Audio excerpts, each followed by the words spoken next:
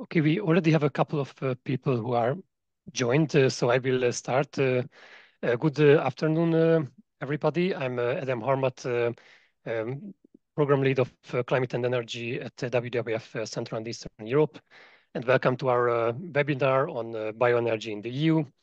First of all, why it's important to have a discussion on bioenergy. Probably you all know that the only clean energy is the one that we can avoid to use.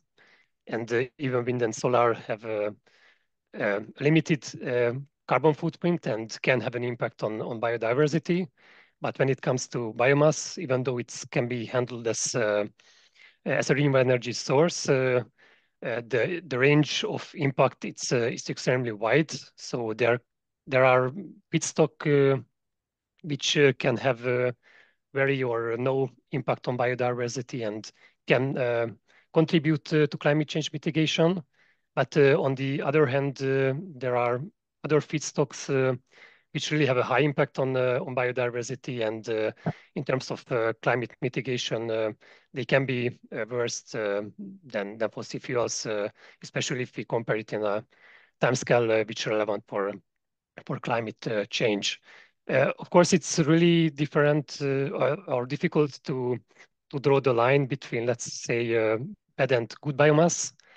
And the European Union had an intention to increase this safeguard, but through the REDIII sustainable criteria revision and the LULUCF revision. But so the final results was failed to have any efficient impact. But so now the member states do have a chance, an opportunity to make a difference through the NECP revision process, the REDIII transposition, and the future long-term strategy revision. And last year, civil society organizations have been busy to develop different analyses and recommendations to help this process. And today in this webinar, we will present three of these kind of papers. But before I introduce the speakers and the agenda, I would like to introduce to a very short quiz, just a warm up on the very basic facts on bioenergy in the EU. And let me see if I can. I hope you can see it. So there are only 4 questions. The first one is that what percentage of the EU renewable energy mix is biomass? So altogether, we have around 22% of renewable in the final energy consumptions. And within this 22%, there is a certain amount of biomass that you can pick here. And then we have, yes, please go on and make your choices. The second question is that, so within this biomass, what percentage is of it is covered by woody biomass? And then we have 2 tricky questions, which seems very similar. So how many million of fuel wood was produced in the EU27 in 2022, according to Eurostat? And the same questions and almost the same question, but with different years. So in 2000, how was this number?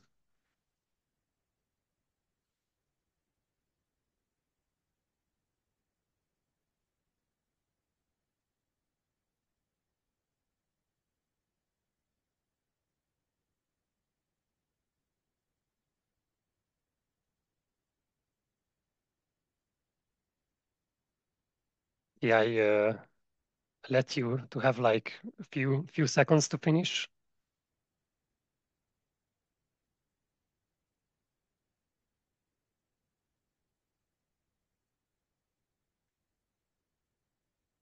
All right, so for the first question, interesting results. So the winner was the 32%, but in fact, it's almost 70%. So the total share of biomass within the renewables. Then on the second question, so the share of woody biomass within the total biomass, it's we had an equal result for 52 and 61, but it's 52%. And so for the third and fourth question, in yes, so the correct number wins. So it's 125 million cubic meter of fuel wood. And the interesting is that, yes, indeed, in 2000, it was only 70%. So it's almost doubled in the last 2 decades.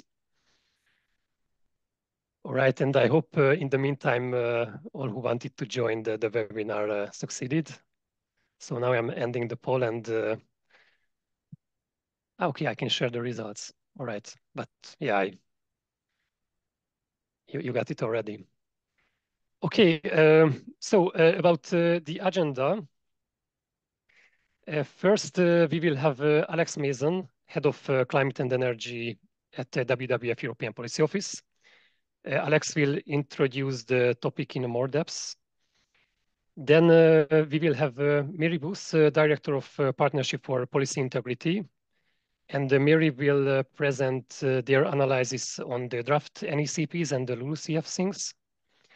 Then Martin Pigeon, Forest and Climate Campaigner of Fern, will present their report, which was developed together with Climate Earth on the REDIII transposition. And finally, I will present WWF recommendations on the bioenergy related policies. So we will try to keep the presentations short in order to have more discussions. And so if you have any kind of questions, please do so. So there is this Q&A questions where you can type questions. Please, if you have multiple questions, you are of course allowed to have more questions, but do it once per one. So it's easier than for us to not like skip a question. And so you will be able to see all the questions, and so you can also comment it and upvote if there is a question that you also wanted to share, for instance. So without further ado, I give the floor to Alex. Please. Thank you very much, Adam, and everyone. Thanks for joining.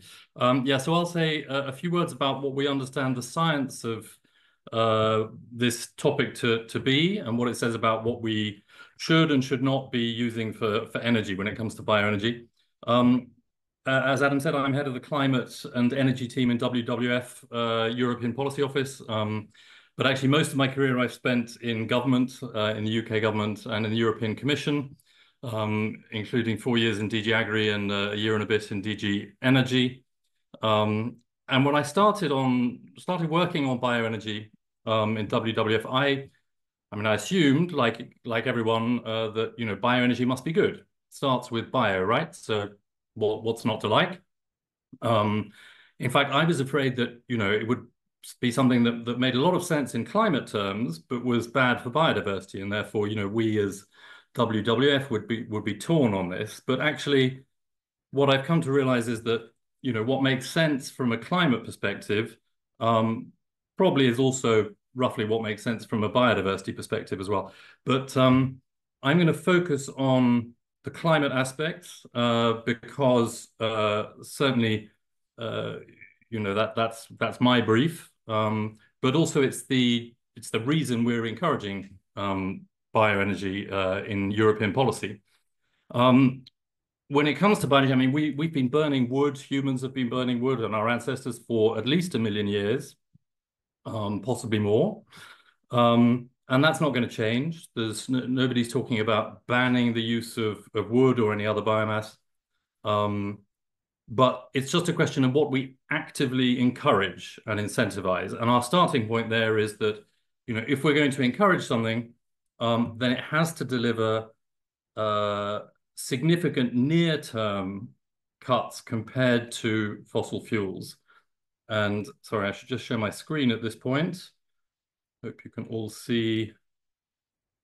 That didn't work. Bear with me 1 second.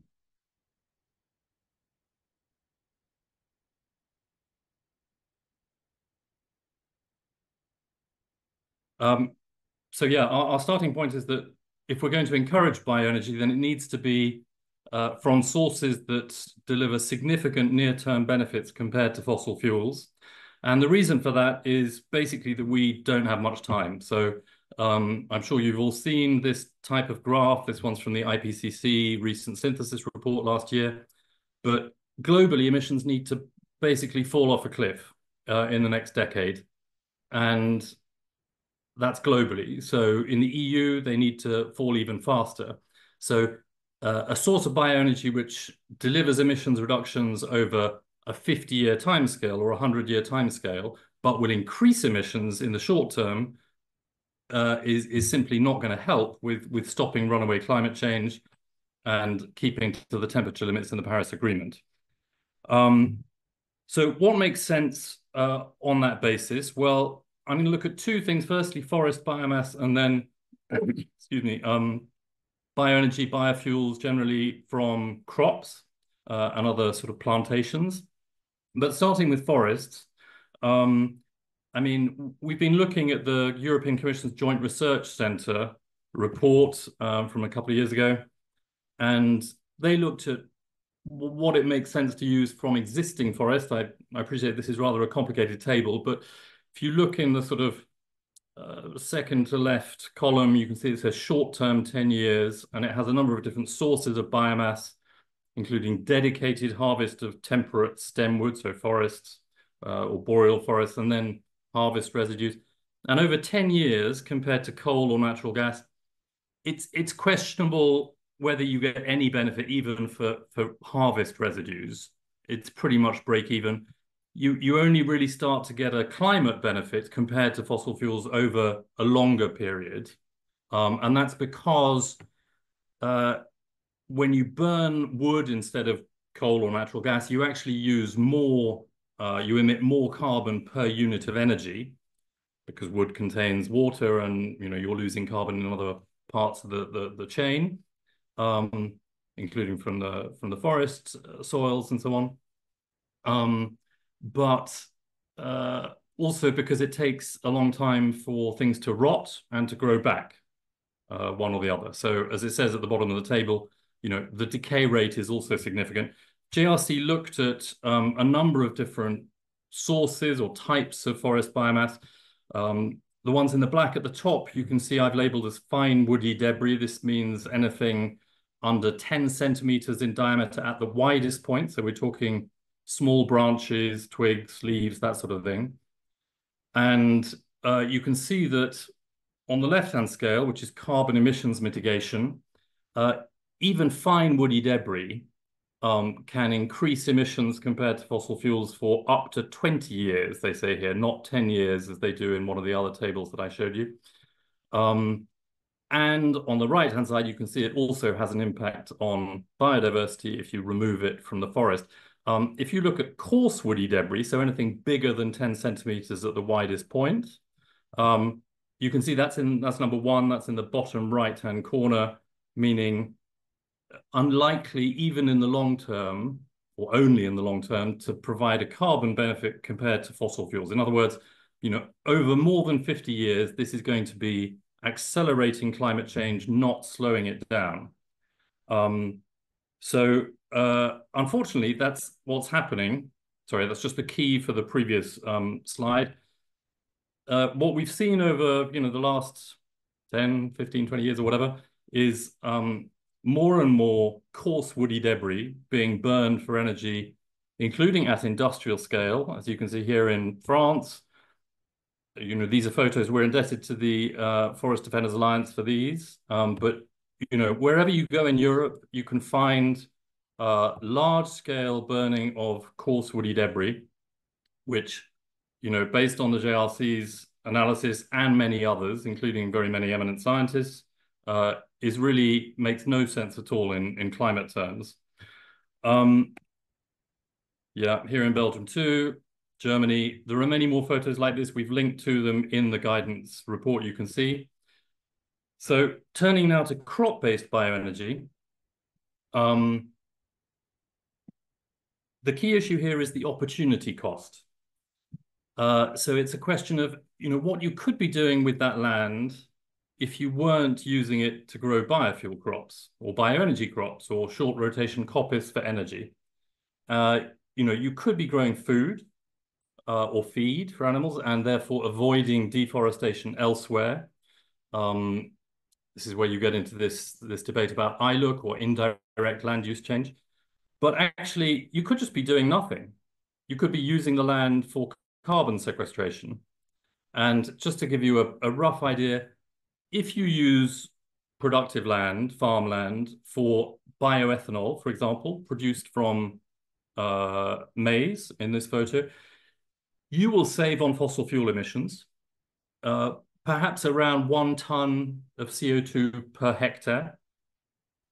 If you do nothing and just allow the land to revert to forest or natural vegetation through natural succession, it will sequester carbon from the atmosphere.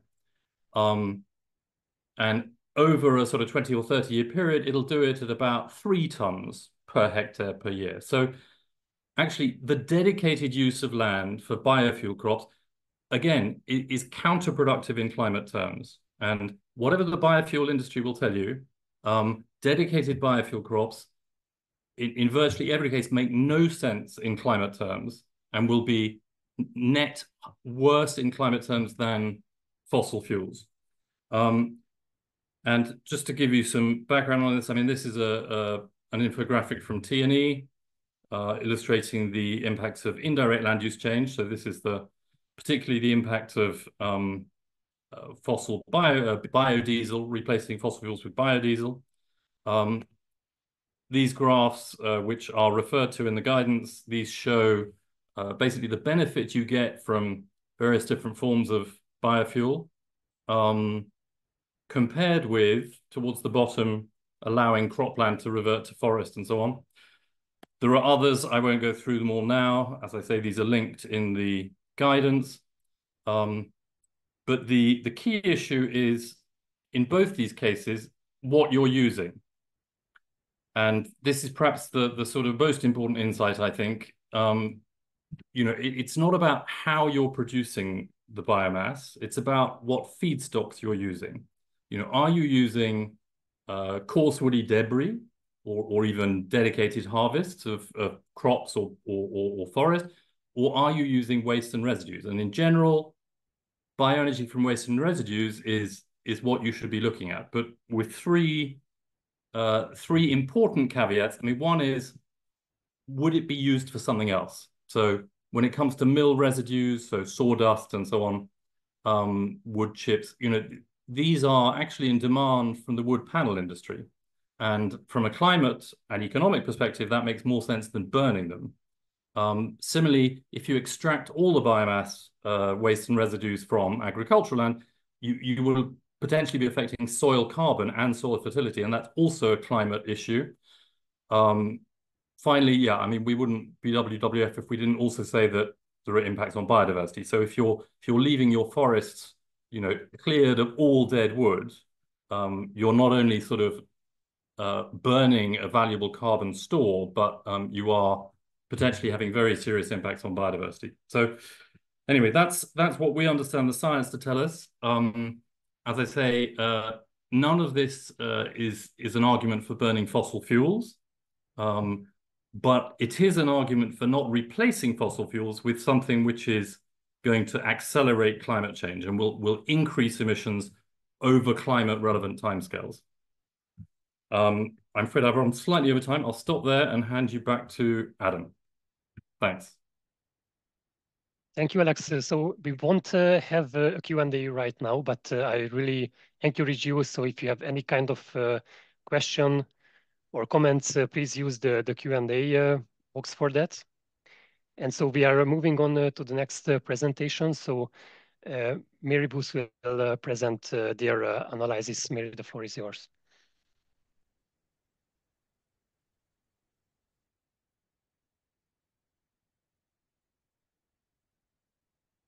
Mary, we cannot hear you. You are unmuted. Okay. I was being too conscientious before. I am the director of the Partnership for Policy Integrity, and I am a PhD scientist, ecologist by training, but for about the last 15, 20 years, I've been working on energy and bioenergy in particular, and forests and climate. So based here in the US, but have done a lot of work in the EU and the UK. And I want to talk to you today about the national energy and climate plans of the European Union and their manifest failure to meet the obligations to talk about sources of bioenergy, sources of biomass that member states are using, and what that's doing to the forest carbon sink. So the national energy and climate plans are actually due this month in June, the final ones. But the draft ones were submitted earlier, and PFPI did an analysis of those. My colleague Sam Davis did the majority of the heavy lifting on the analysis. I did the writing. So I'm just going to show you some quick results from that analysis and give you the link to the report after. So just to start with a bit of context first, I want to point out that as scientists have been saying for quite a while, burning biomass and harvesting forest biomass has been degrading the EU's forest carbon sink, and even the European Commission is now admitting that carbon removals, and in this case, removals means removal from the atmosphere by growing trees. Carbon removals are decreasing, which means the sink is getting weaker, and that this trend is due mostly to a decrease in forest-related removals triggered mainly by an increase in harvesting. Now, since more than half the wood in the EU is cut and burned for biomass, obviously biomass harvesting is the thing that is most directly responsible for this decrease in forest carbon uptake. And this first graph I wanted to show you, this is from an analysis we did a couple of years ago called Burning Up the Carbon Sink, where we looked at EU data on where is the wood being burned. What this data shows is that residential use, the brown bars, constitutes the majority of wood burning in the EU.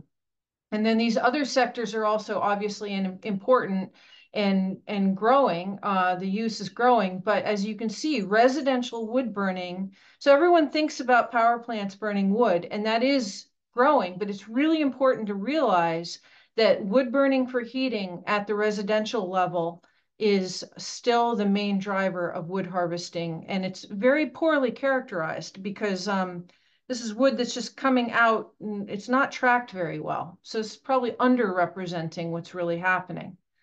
The second graph shows, so this red line on top here is the use of wood. Sorry, I've covered up the caption. I didn't mean to do that. This is 1 million tons of wood biomass burned in the EU for energy. So that red line is going up. And then everything below the zero line is land sector CO2 data.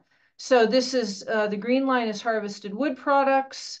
The brown line is the land sector as a whole. And the forest, FRF is forest remaining forest. So that's the dark green line. So what you can see here is that this line is tilting upwards through time, which means the sink is getting weaker. Because when it comes to the forest carbon sink and the land carbon sink, we want bigger negative numbers, not smaller negative numbers. So this covariance between the increase in wood burning and the decline in the sink is really marked for the European data. So that's kind of the context for the national energy and climate plans, which are not only supposed to explain how member states will reduce emissions of CO2 as they do energy generation, but also how they're going to increase carbon storage in forests and other lands. And as Alex has just explained, burning biomass actually emits more CO2 than burning fossil fuels, and net life cycle modeling over time shows that those surges in emissions associated with burning biomass can persist for decades to even centuries. So burning biomass is not decreasing CO2, it's actually increasing it. And at the same time, as I've just shown you, increasing biomass harvesting is decreasing the forest carbon sink. So no wonder, given this trend and given the extreme dependence of EU member states on burning biomass to meet their renewable energy targets, no wonder they don't want to talk about these problems. Now, in the NECPs, they're supposed to discuss several things. They're supposed to discuss historical data and predictions of bioenergy demand. Where is the biomass coming from, including imports and exports, how it's going to affect the land carbon sink, and then they're supposed to report and predict what's going to happen with the land carbon sink. So NECP progress reports, which are every 2 years, are supposed to show data on the specific types of woody biomass that's actually utilized, and data and modeling on the land carbon sink. So these are the reports, or the NECPs are the written documents, and then the progress reports are actually just a bunch of spreadsheets. So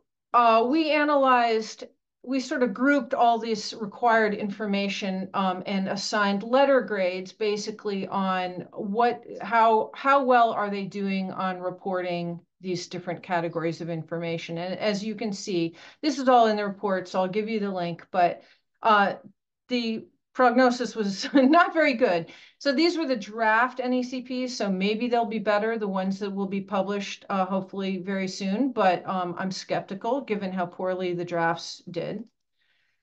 The data that they're supposed to report on what kinds of wood are burned is a new requirement. So this is the list, and this is important for the Renewable Energy Directive, which has put some new restrictions on the kinds of wood that should be burned for energy that can qualify under the Renewable Energy Directive. But member state reporting in this first round of reporting only covered 52% of the wood that's reported in yet another Eurostat database. So they're not reporting fully, and they're not reporting properly in the different categories. So they failed in that regard as well. Now, I just wanted to show you a couple of different graphs here. And so here we have Germany just showing increase in indigenous production of woody biomass, and then the land sink data. You can see that Germany, which is, a huge country with a lot of forests, has actually lost their their land carbon sink, still have a small forest carbon sink, and predicting that they're not going to hit their 2030 land sector target. That's that red dot at 2030. So those are the land sector targets that are set in the LULUCF regulation. So that's their own modeling saying we're not going to hit that target. Poland, same thing, predicting complete loss of the sink, and at the same time, biomass use really going up. Here's Hungary. I thought I'd include that for you. Just thanks to WWF Hungary for sponsoring this presentation. You can see a really very chaotic reporting in the land carbon sink. Not sure what's going on there. Estonia, classic case of a country that's being just completely strip mined for biomass. It's a major pellet producer. Another Baltic state, Latvia, same story, increase in biomass, loss of the sink. Finland, love to call themselves the most forested country in Europe. They've lost their land sink. Their predictions are not very good. Sweden, also predicting to not hit their land sink target. EU as a whole, prediction is not good, predicted to fail to meet the mandated carbon sink target. So just wrapping up with this little very salient cartoon, friends shared with us by our friends at Robinwood. It's the forest burning dummy. Here's the resources for the the sectoral use of biomass, and then these most recent graphs that I showed you. So thanks for your attention. Back to you, Alex. Sorry, Adam. Thank you, Mary, and thanks also for keeping the time. So next presentation is from Martin Pigeon from Fern.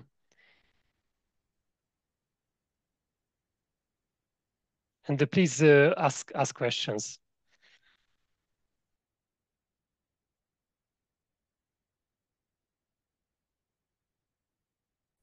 Thank you very much, Adam. And thanks a lot, Alex and Mary, for the very good presentations already. Can you hear me well? Yeah, great. I'll just put the clock on so that I don't go over time. There.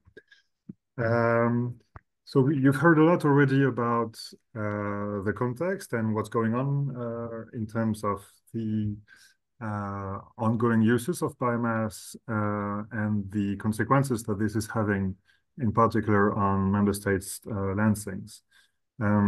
As you've heard, the Renewable Energy Directive, which organizes the incentives for energy operators in the EU to burn wood to produce energy, has just been revised. It's been a major fight. We've won a few bits. We could have won much more, in fact, but as Mary said very pointedly, member states just wouldn't give up relying on wood. And that's the reason why, even though we had the Commission and Parliament pretty much aligned on restricting quite substantially the incentives for wood burning, member states just wouldn't have it. And we ended up with something much weaker, but not without possibilities to improve. We are now in the transposition phase of this directive, which means that member states have until end of May 2025, so in a bit less than a year by now, to transpose the elements of the REDIII, Renewable Energy Directive, into national law. And this is when this law is going to become real. This is where it will become binding regulation. And member states have a lot of flexibility in that exercise because they wanted to keep, say, a sort of sovereignty on forest issues, which is understandable. And they can use that flexibility for worsening the situation, but they can also use it for improving. They have the legal room of maneuver to do that. And so we wrote and published a transposition guide called The Wiser with Wood, together with the client Earth, to guide them in that exercise. Just a word of context, because this is really important. This policy is costing a fortune. It's really costing a fortune. We're talking about billions of euros every year across the EU. And that's 6 or 7 times more, in fact, than the money the EU and member states are spending to protect forests, or to support, to create existing forests, or to support the existing ones. So we are again entering austerity times. The austerity pact is becoming very salient again, and member states are going to have to cut budgets on many fronts, public services, health, education. Sometimes there are other ways of doing that, and when you're squandering billions and billions of euros on a really stupid policy that's worsening your situation, climate and biodiversity-wise, you should just stop, spending it, and that would. So that's the first message, that there is actually a lot of money in this policy that could be saved and gone to much better uses. Also, another very important context fact is that here there is already a considerable gap between what can be considered as a sustainable supply of wood in the EU, in Europe, and what's the estimated demand. When Mary told you that more than half of the wood harvest is actually burned for energy, it used to be less than that. That proportion has increased over the past 15 years. And this is just stupid. In a climate crisis, you should do the absolutely opposite. You should really incentivize the opposite. And actually, EU decision makers have understood that. And that is the reason why the main sort of framing principle that's been adopted in the revision of the REDIII is the cascading principle. It's this idea that you should really, whenever you're using wood, you should start by wood-based products, then you should extend their life then you should reuse them, then you should recycle them, and only then, once you've extended all the possible material uses, only then you can burn it and produce energy out of it. And if the word is like tainted and contaminated with chemicals, then you have to dispose of it because you can't burn it. It's too toxic.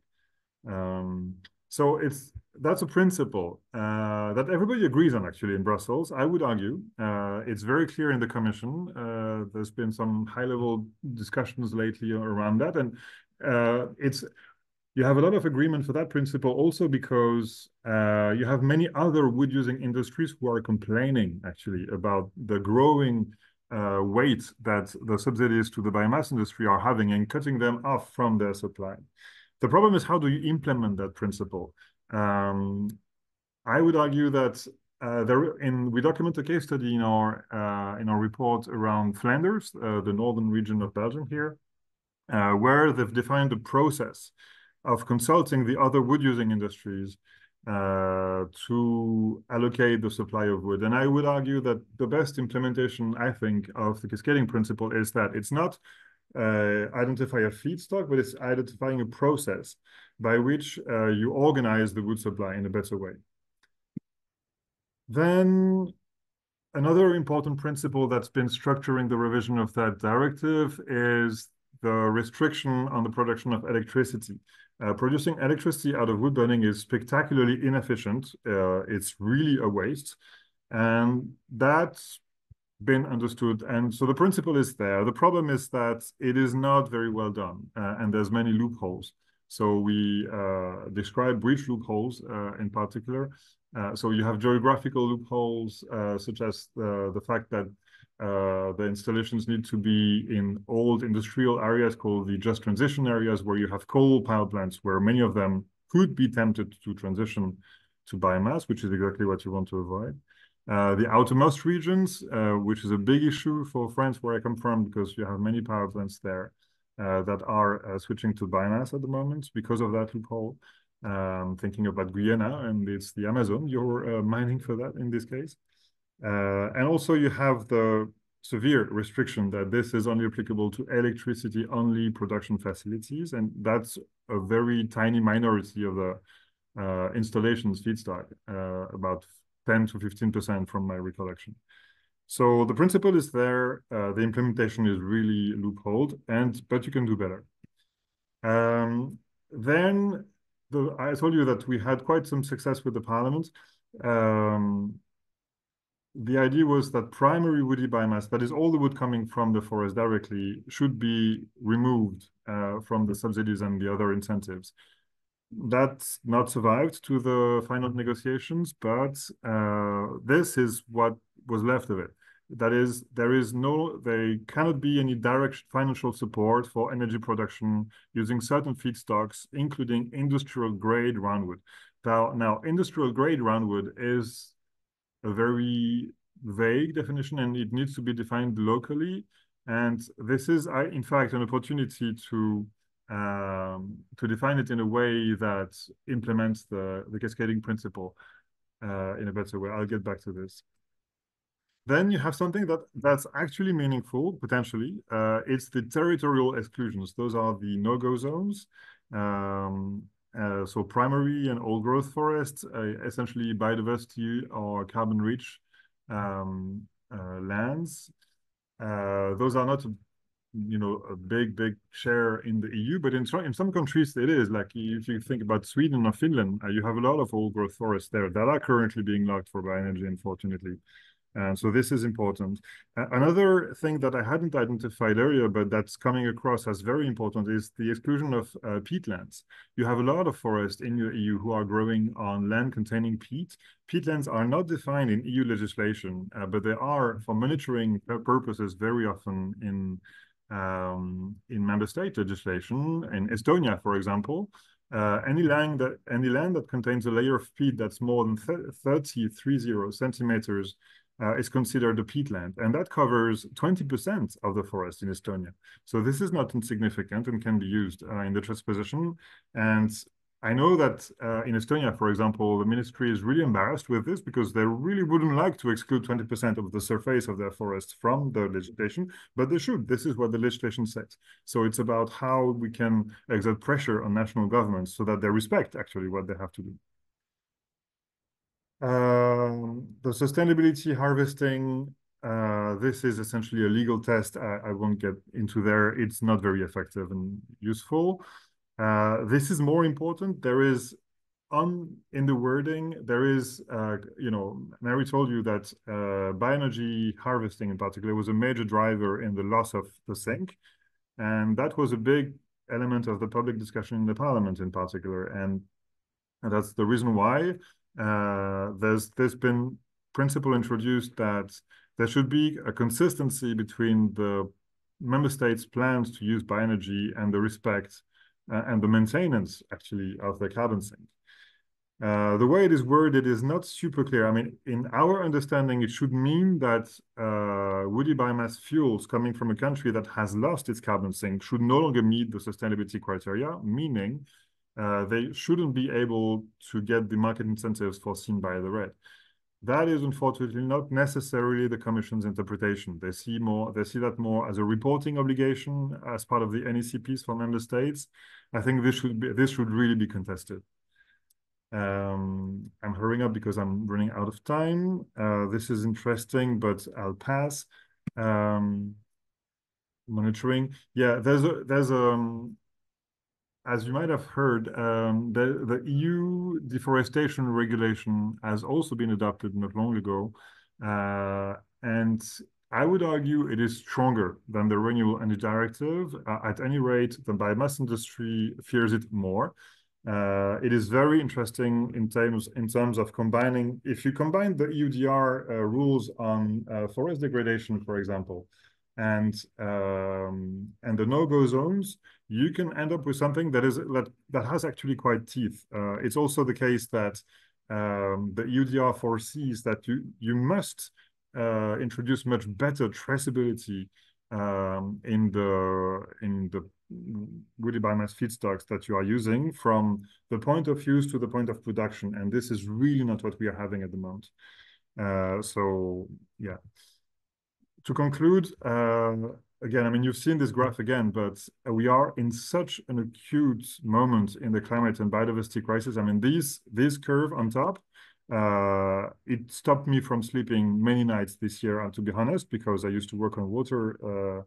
And so when I see the mean temperature of the sea that's going off charts like this, you have to realize how much the colossal amounts of energy this means, the colossal amounts of heat that this is releasing into the atmosphere.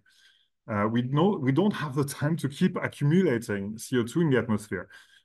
We no longer have the time to wait for the trees to grow back. And that leads me to my final point, which is the very recent revision of Fern's position, in fact, on bioenergy. It's been a bit of a journey for us. We used to recommend that to exclude primary woody biomass, but we were still kind of okay, the same way Alex introduced it, actually, that when you're using residues with a lot of caveats, of course, but it's still kind of okay. But we've changed from that position because we don't have essentially, we don't have the time. The climate and biodiversity crisis is just too acute, and cheating is too easy. That is very clear in the implementation of the checks, for example, of the sustainability criteria. This is a joke, really. I mean, you have very important forest, very important power plants who've hardly been inspected in a decade, even though they've been submitted to like a lot of media scandals. So our current recommendation now is really that all public market incentives, such as public subsidies, lower taxation rates, the zero rating of CO2 emissions to wood burning by energy companies should be ended, period. But because this is about incentives, not uses, we would actually, for tactical reasons, we would also defend the right of EU rural residents to burn wood to heat their homes in the absence of alternatives and for personal use. And then because this is going to free a lot of money, a lot of public budget, this money should be used to help EU residents to transition to cleaner and better sources of heating in particular. But also so that this would eventually reduce the pressure on the wood supply and therefore enable the other wood-using industries who are actually generating more jobs and more added value in the EU economy to grow without depleting the forest as what is happening now. And apologies for having been too long. I'll stop here. Thank you so much, Martin. So before starting the discussion, I will also briefly present our guidance, and based on the examples that we have from Hungary. So let me share my screen, and in the meantime, again, if you have any questions, please use the Q&A box for that.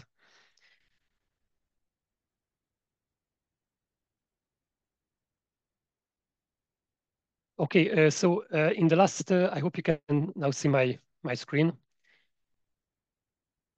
and I'm able to move it. Okay. So in the last couple of years, we in our life biobalance project, we had a very kind of deep analysis on the biomass sector and its sustainability issues in Bulgaria, Romania, and Hungary. And so I just give you some example that why should we change the status quo. So in Hungary, the shift from coal to biomass in the industrial sector, it's almost happened everywhere. So we have four biomass power plants which used to fire coal. They are consuming around 50 to 60% of primary woody biomass, but they are also, you can see from the picture, they are also burning straw, for instance. 80% of the total logging, so like logging within Hungary, it's consumed by these big biomass power plants. And as in Hungary, the forest management, it's so we don't have like no-go areas. It's happening almost everywhere in the countries. It also means that logging, which happened in protected areas, can also ended up in power plants. Even though they are CHP plants, so they are connected to the district heating, and so for instance, this picture, it was made in Pécs, one of the biggest city in Hungary, where 200,000 people are living, and the district heating sector is developed. Since they are also operating outside of the heating season, because the money is in the electricity market, their efficiency it's very low compared to what can happen if they only are in operation during the winter time. So their efficiency is only 50%, and so altogether, so like they burning around 1.3 million cubic meter of wood, and they can only cover around 2 to 3% of the total electricity demand of the country. So their efficiency compared to what the amount of feedstock they are using, it's very, very low.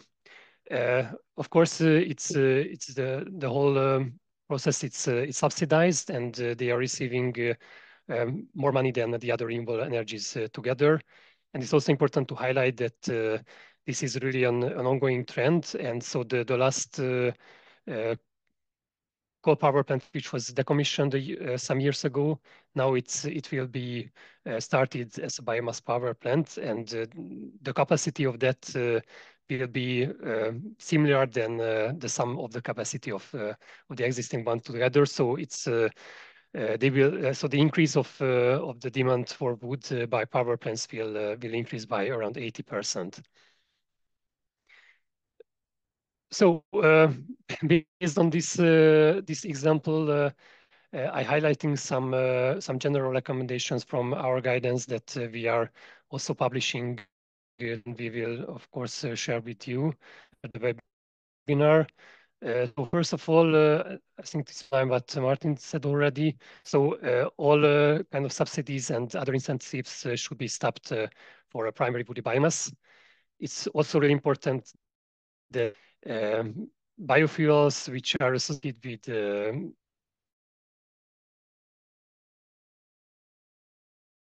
as much land is occupied for biofuel, the total area of Ireland. It's pretty incredible. So the only can be it's is those cases for bioenergy because otherwise it's much better for the climate perspective. Sorry, I think I was yes, hang Adam, on you were for a sec. Breaking up, and maybe you could repeat. Okay, so just to summarize these three recommendations. So member states should stop subsidizing the burning of primary woody biomass, but since it's not only about woody biomass, there is also a threat that so the biofuels which are now occupying the same size of land as the size of Ireland, these kind of subsidies should also be stopped. And so the only remaining so the feedstock that can be supported for energy use is a different biogenic waste and residues, but it's really important to ensure that there are no any other alternative use for these feedstocks. Okay, Mary also highlighted that a significant part of the biomass, especially primary woody biomass, is consumed by the residential sector. I also give you some example from Hungary that why it's not only an environmental but also a health issue. So in Hungary, 20% of the final energy use consumed by the households, and around 1/3 of the households are using biomass for heating. Half of the firewood user households are in the bottom two income decays, which means that these are really like we are often referring the biomass and the firewood as the fuel of the poor. And so because of this social problem, this causes an health issue as well, because a very important factor to efficiently burn the biomass and having a clean combustion is if the dry is wood. But in order to really like seasoning the firewood in an efficient way, you have to buy the wood 2 years in advance. And so these households, like as I said, around half of the households are not really in the income situation where they can spend like a monthly income on firewood 2 years in advance. It's really also socially, there is also like a social injustice that how the biomass subsidies are ongoing.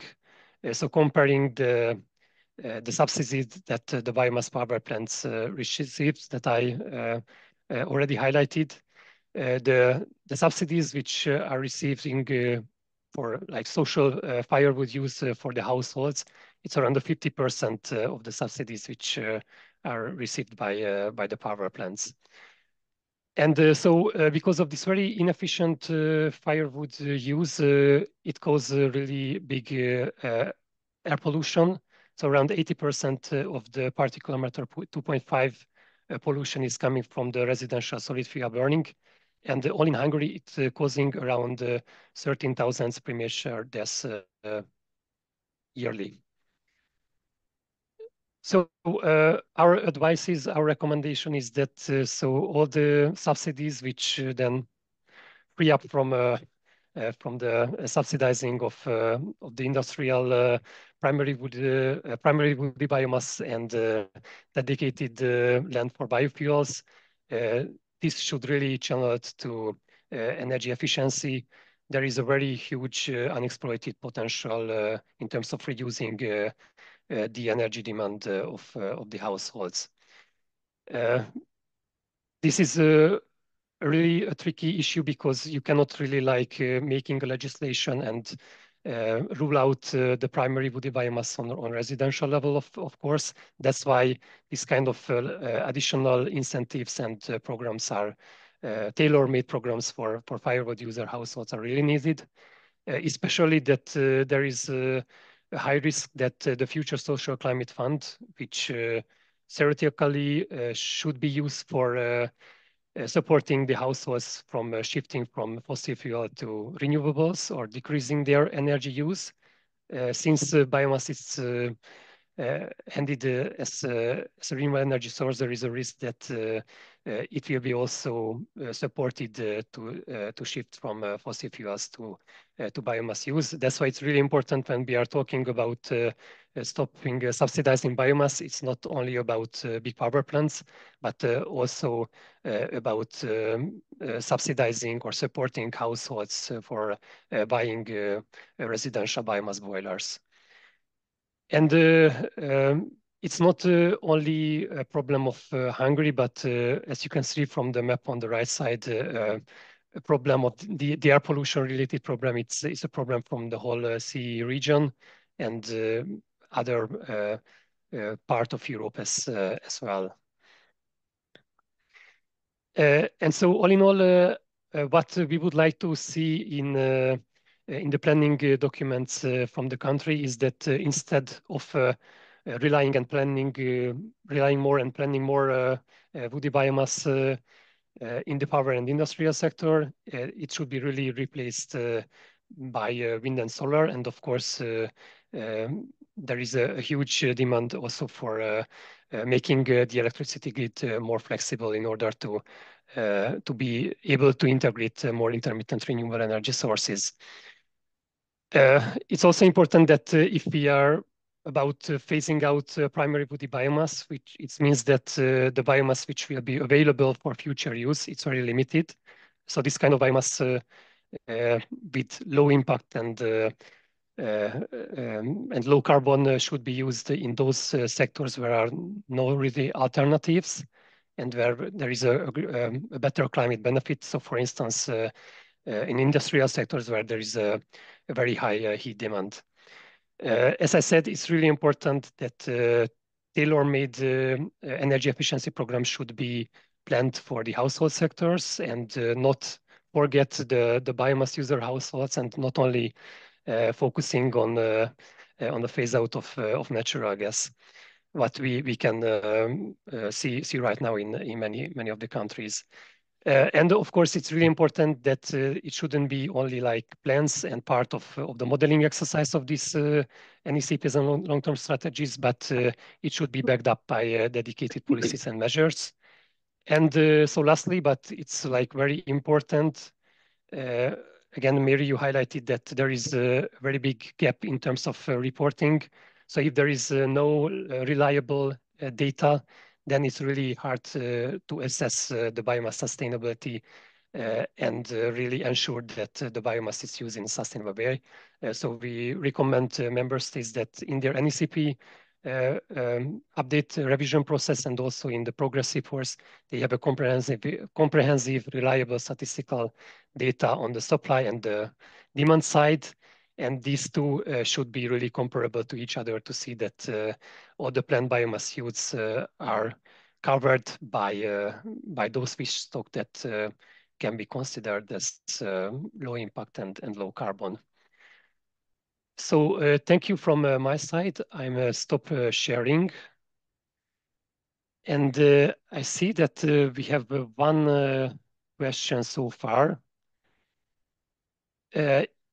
I encourage the other participants to ask questions. And so in the meantime that you have the opportunity to raise other questions, first I would like to ask our panelists if you have any other additional points that you would like to raise.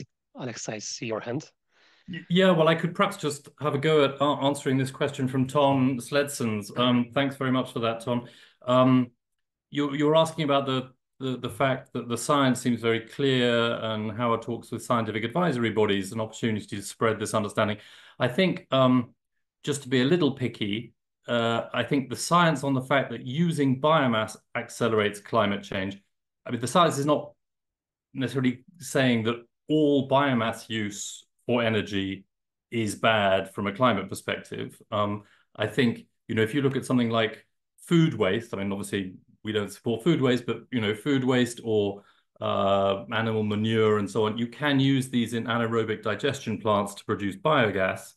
And that's better from a climate perspective than just putting them in landfill, where it would generate methane anyway, which is a very potent greenhouse gas. So, you know, that's an example of a feedstock that it makes sense to use for energy, potentially, at least for now. I mean, in the future, we may want to use it all for products, but so I think it's, you know, there are examples of bioenergy sources that are you know, justifiable in climate terms. It all depends on what you're burning. As I said, you know, and this is one of the sort of profound myths on biomass. You know, you'll find many of these arguments put forward by the bioenergy industry.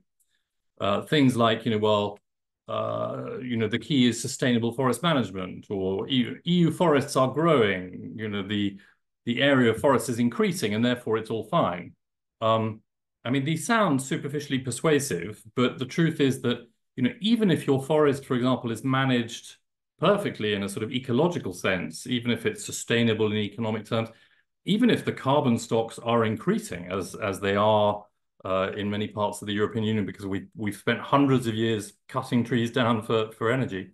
That doesn't mean that, you know, burning trees from that forest will be better than fossil fuels in climate terms. On the contrary, it will increase emissions for, as Mary said, decades or potentially centuries. So it really is critical that the feedstock is the key question. You know, are you burning sawdust, or are you burning tree stumps and tree trunks?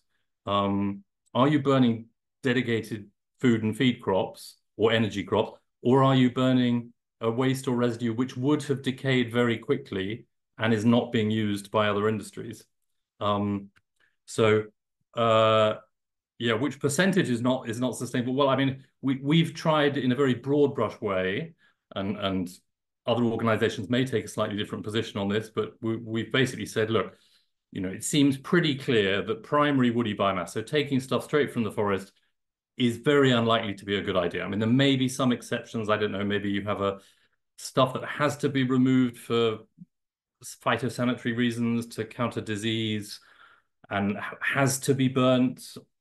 I mean, maybe there are some exceptions, but in general, primary woody biomass and any biofuels or bioenergy derived from the dedicated use of land, so dedicated crops, seems to us on principle to be a bad idea in climate terms.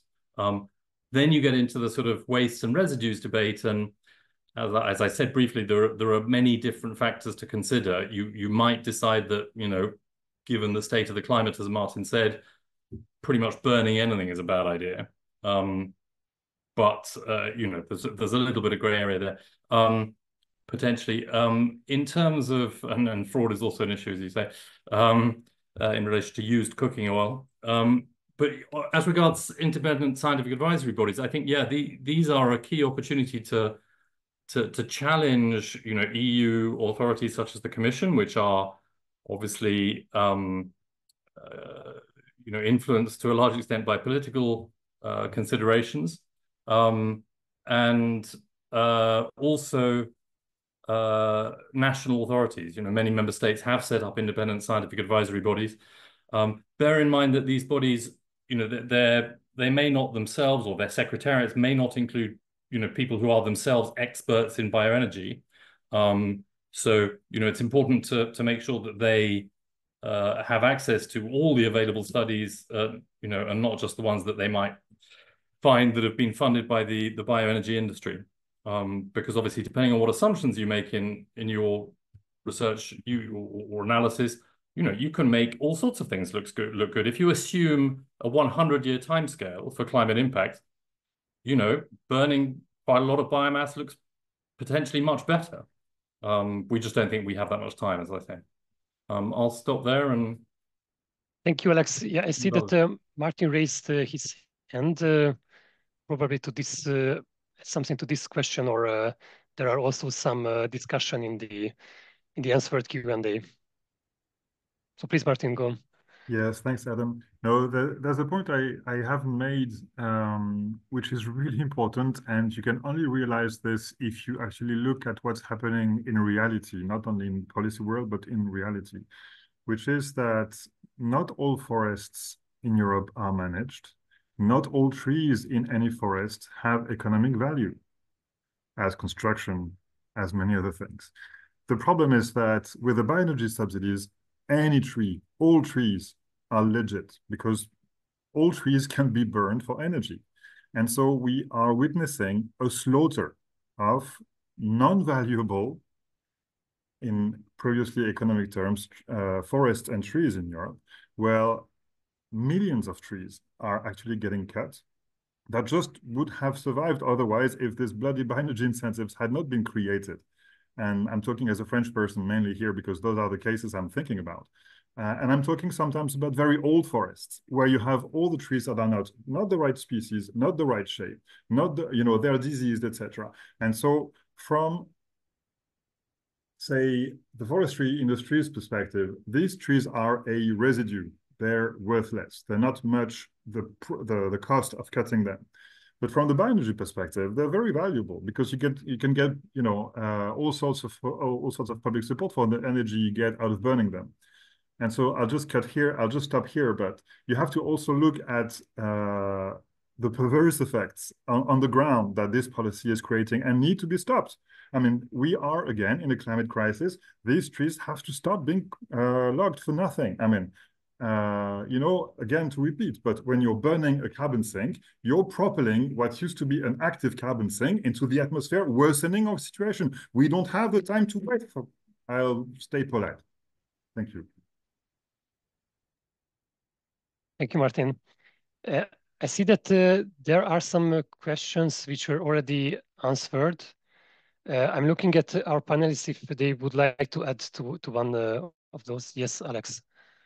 Yeah, there was a question on whether trees are harvested purely for energy, which Mary and Martin have responded to. As they say, I think the fact that there are subsidies and incentives under the ETS for using waste and residues, even if they're not, they don't have commercial value. I mean, the photos I showed you of lots of big logs. I mean, these may be things that are bent, slightly rotten in the middle. Maybe they have no commercial value, but they would take a very long time to rot if you left them in the forest. And incentivizing them being removed and burned for energy is just simply makes no sense at all in climate terms. But what I wanted to add is, even if we grant that hypothetically, forests are only ever logged for products. I mean, it's very clear, it seems to us, that from the scientific evidence, again, this is from the Commission itself, from the Forest Research Agency of the Forestry Commission in the UK, from a letter that many scientists sent to US Congress, harvesting forest is not a good idea from a climate perspective, even if some of the wood ends up in long-lived products. The forest industry and the biomass industry, will tell you that, they're part of the climate solution because we need to get rid of steel and concrete in buildings and build more things out of wood. There is no good evidence that this delivers any climate benefit. Certainly not from now to 2050 is what the Commission says. Because actually only a very small percentage of any carbon that's lost from the forest ends up as for example, piece of structural timber in a building. The rest of it ends up in short-lived products or burned for energy. And so, this idea that the forest industry is a climate benefit, and that therefore there will be lots of waste and residues, and that's a benefit too. It's a tissue of lies, frankly. It's a house of cards. Now, does this mean... Could I just come in, Alex, for 1 second and share a slide that's relevant? You can. I just wanted to finish by saying, as a caveat, I'm not saying that, we are not, as a society, going to harvest forest for wood, or that we shouldn't manage forests sustainably. Clearly, all of these things are true. We shouldn't justify it on climate grounds. We shouldn't claim that it is good for the climate that we are cutting down trees, even if even if parts of them are used for product. But yeah, Mary. Well, I wanted to make this point earlier and I forgot during my presentation. So let me just share my screen again because, you know, to your point, Alex, that you know, there's a lot of talk about the bioeconomy and how we're going to replace carbon-intensive concrete and steel with wood and all of that. But look at the actual data. So this is Estonia. And here's this light green line up here is the harvested wood products. That's carbon, that's the so-called sink. So that's not the stock, but that's what you're seeing is the difference between stocks in subsequent years. And basically, it's a constant flat line because about the same amount of wood products are entering the pool and decomposing out of the pool and being disposed of out of the pool each year. So it doesn't really change that much. But compare that to the dramatic collapse of the sink as we see the forest and land sink lines shooting upwards and crossing the zero threshold.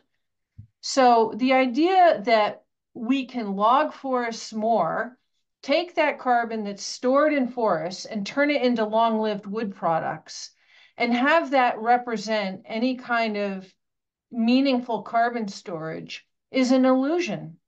Because first, look at what's actually happening, the scale of the current wood products industry versus what's happening with the collapse of the sink.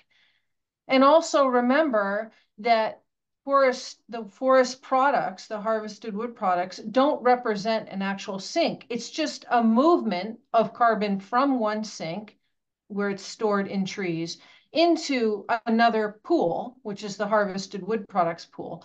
But the process of taking the wood and converting it into long-lived wood products results in a tremendous amount of carbon being lost to the atmosphere. And sometimes as little as only 10 to 20% of a tree will end up actually stored in a long-lived wood product. And the rest is lost to the atmosphere relatively quickly or goes into very short-lived products like paper. So I just wanted, sorry to interrupt you, Alex. I just wanted to like reinforce the point that you were making, that the bioeconomy, which everyone is talking about, is really kind of an illusion, because when you look at the actual data and what's actually happening, we see that the sinks are collapsing very quickly and that moving carbon pools around isn't going to change that. I'll stop sharing. Thank you, Mary. In the meantime, we had some new questions and comments. So one is regarding the responsibility of the scientific advisory bodies, and the other is on a comment on the used cooking oil, I guess, which we use much more than it's available. And Alex, I see that you want to answer those. Yeah, thank you. So I think the one on scientific advisory bodies I attempted to answer earlier, but yeah, basically say that they are a real opportunity, and you know, we'd encourage everyone to sort of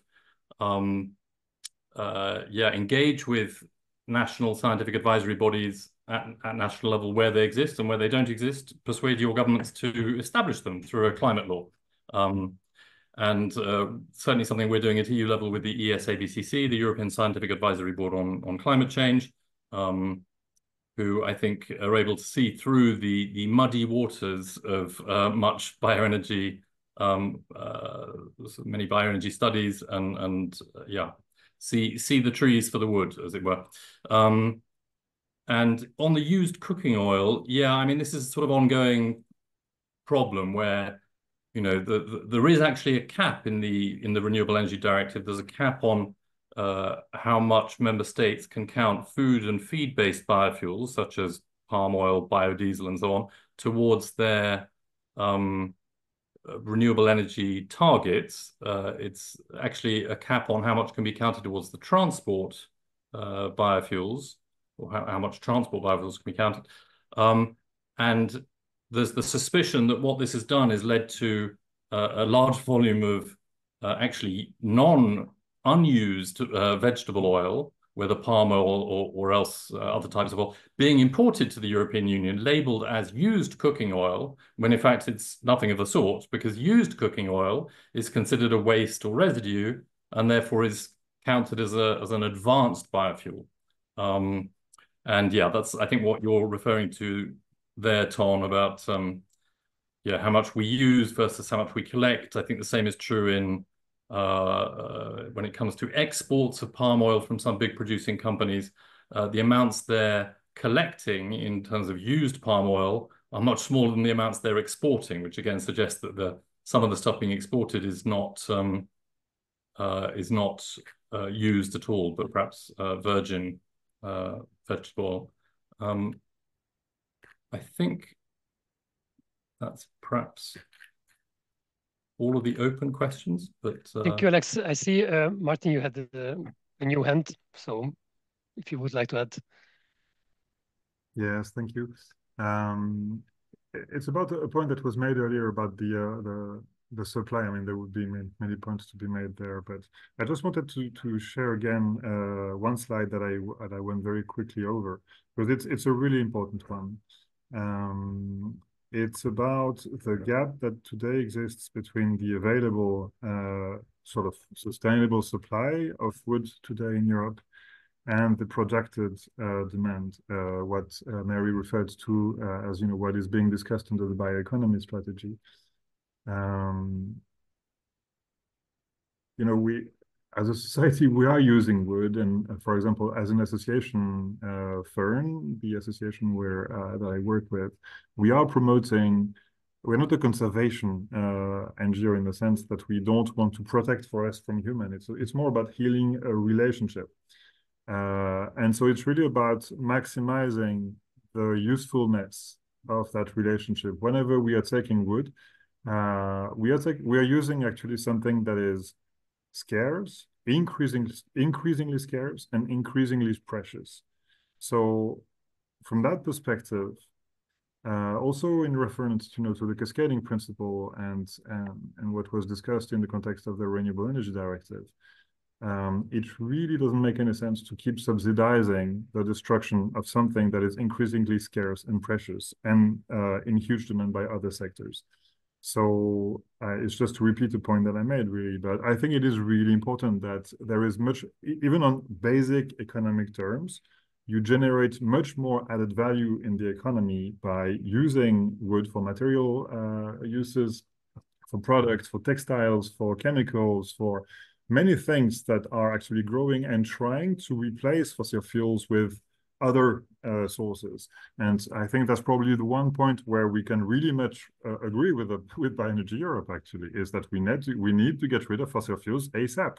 This we agree on. We totally agree on. The question is more, how do we best use what we have and what is left? And we need to learn how to do that, because as a society, we are hooked.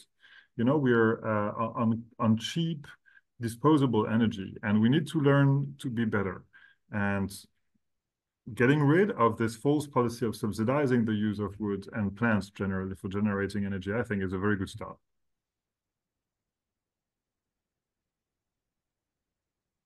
Thank you, Martin. I see that there was one comment on the communication saying that we should simply say that biomass burning is better than fossil fuels, and then we can, maybe other agree later, then there are some exemptions. Mary, you already answered. I'm looking at Alex or Martin if you would like to add something on that. Well, I mean, maybe just to repeat again, it's attractive to come up with simple slogans. The reality is sometimes a little bit more complicated. So, biomass burning is worse than fossil fuels. Well, as I say, not necessarily in every single case. I mean, there are examples of genuine wastes and which would have decayed very quickly. So we're not talking about coarse woody debris or even fine woody debris, or but things that would have to have been disposed of, maybe, I don't know, invasive species or something.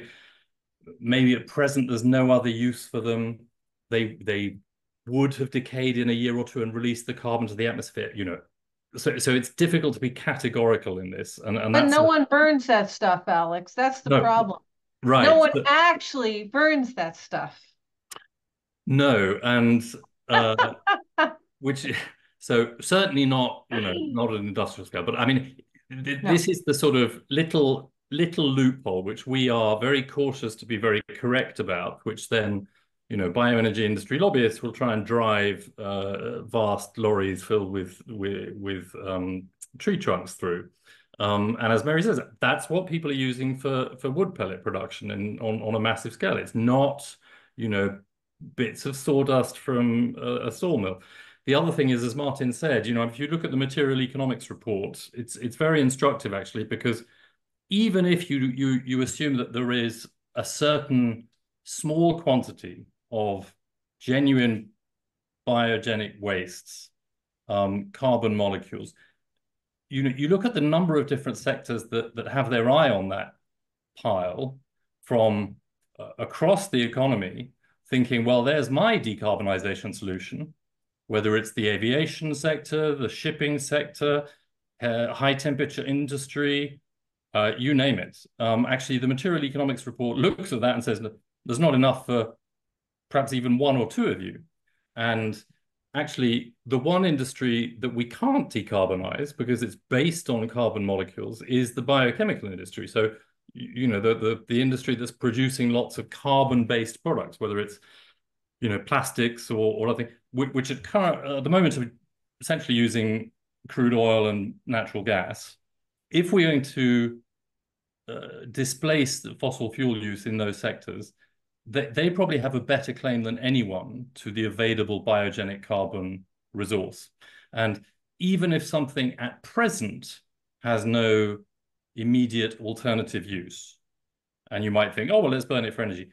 Give it another 10 years, and I think you'll find that there will be many, many higher demands on that resource than burning it for energy. And moving to a circular economy, leaving aside the question of whether it's a bioeconomy, moving to a circular economy is absolutely what we should be pursuing, rather than burning stuff, even if, as I say, it has no commercial value. But Mary, I perhaps you want to come in on this. I mean, you're based in the US. You've seen up close more than many of us sitting here in Brussels, perhaps the impact of EU bioenergy policies and. Well, definitely. I mean, what's happening in Canada and the US Southeast is really shocking to see, but it's not just there. It's happening in Estonia and Latvia, and lots of places are being logged specifically to make wood pellets. Yes, some forest industry residues, clean sawdust, do get turned into pellets, but that's a fixed resource. And as demand increases for pellets, it's going to increasingly come from directly logging forests for fuel, which is just by any definition insane. It increases emissions and it decreases the sink. What else do you need to know? It's just physics. It's basic. But also on this point of burning residues, et cetera, I mean, there is no waste in nature, right? A forest doesn't have waste. Collecting forestry residues that would, even if they would lie there otherwise and decompose, always takes carbon out of the forest. There's just no faster way to send carbon into the atmosphere than by burning it. It's, that's by definition, you're injecting carbon that was stored in forests into the atmosphere.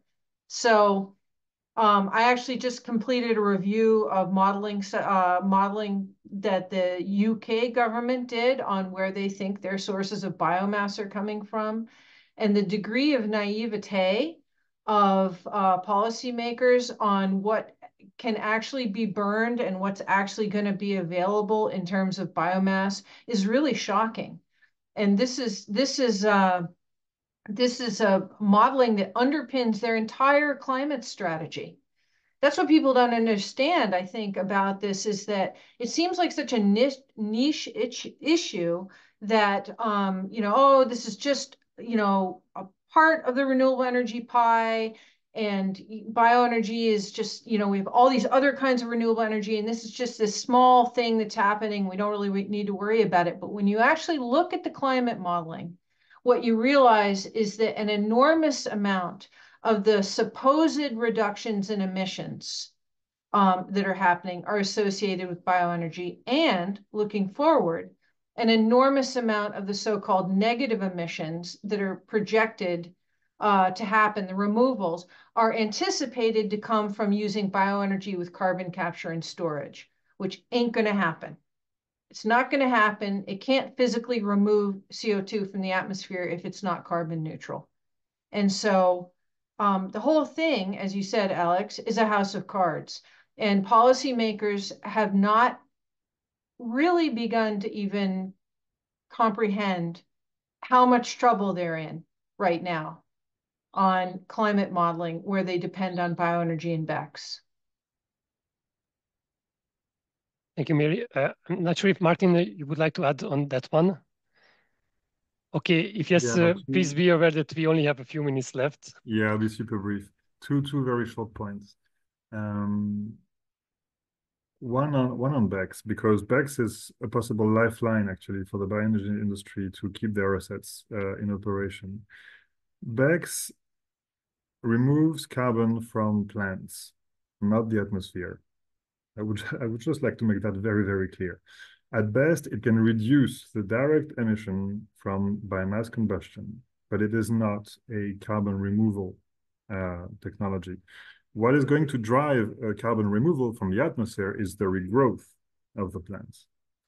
Voila. And the other point that I wanted to make is about the point you just raised, Mary, and actually we have a guest from Bioenergy Europe here, and you know, and it is good that we have this kind of conversations, but it is also important to acknowledge where we come from. The bioenergy industry just wouldn't exist without this policy. It is a pure policy creation, as it is today. And the problem is that when you do a policy mistake that creates an industry, this industry is fighting for its own survival. You know, so the more you wait, the more difficult it is to get rid of it. And that's the problem we're facing now. Member states are too reliant on bioenergy to reach their renewable energy targets. And so even though they acknowledge, because they're not stupid, because they understand the basic laws of physics, they acknowledge that this is a problem, that this is actually worsening the situation, there is a superior motive for them, which is to actually reach their renewable energy targets, because if they don't, then they get massive fines. And again, coming from France, we know something about this. Because France was the only country actually not meeting its renewable energy targets last time. Because it didn't cheat with domestic wood production probably, or less than the others anyway. So this is also a sort of a context point. It is really important to not make policy mistakes when you're dealing with subsidies and public support, because once you've made that mistake, it's very difficult to undo it. Thank you, Martin.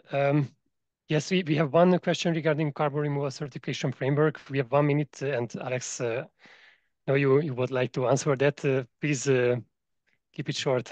I'll keep it very short. I mean, just on that last point, I mean, yes, the other industry that's fighting tooth and nail to save its, for its own survival is the fossil fuel industry. And I'm afraid to say, I mean, in terms of tactics, arguments, disinformation, I'm afraid the bioenergy industry lobby, for me now, is indistinguishable from the fossil fuel lobby, and needs to be treated as such. The question of the CRCF from Hannah Spurtier, which is in the answered file, Mary's added something on this on BECCS. I mean, yeah, we're very disappointed with the regulation on the carbon removal certification framework, and we called for it to be rejected. The deal that was reached in trilogues, because it leaves open the door to all sorts of things which will actually undermine emissions reduction and do not represent permanent, stable, resilient carbon removals. I mean, it actually doesn't say very much, because all of the detail is going to be fixed later through delegated acts. But the fact that it includes products, carbon storage in products, and carbon farming as things that may be, monetized and potentially traded and used to offset fossil fuel emissions. There's no sort of safeguard against that happening. Means that this is something that is actually poses more of a threat at present than it does a solution. Thank you, Alex. Unfortunately, we used up our time. But as in a follow-up email, we will share, of course, the recording, all the slides, and also the links to the 3 reports. So in the meantime, if you have any other questions that we are paid to answer, or you have new questions, you can reach out to, I think, all of us. The contacts are in the reports. And many thanks for joining. So for the participants and also for our panelists. And I wish you a good rest of the day. Bye, Thanks, everybody. everyone. Thank you. Good rest of the Thank day. you, Bye, Adam. thanks. Goodbye.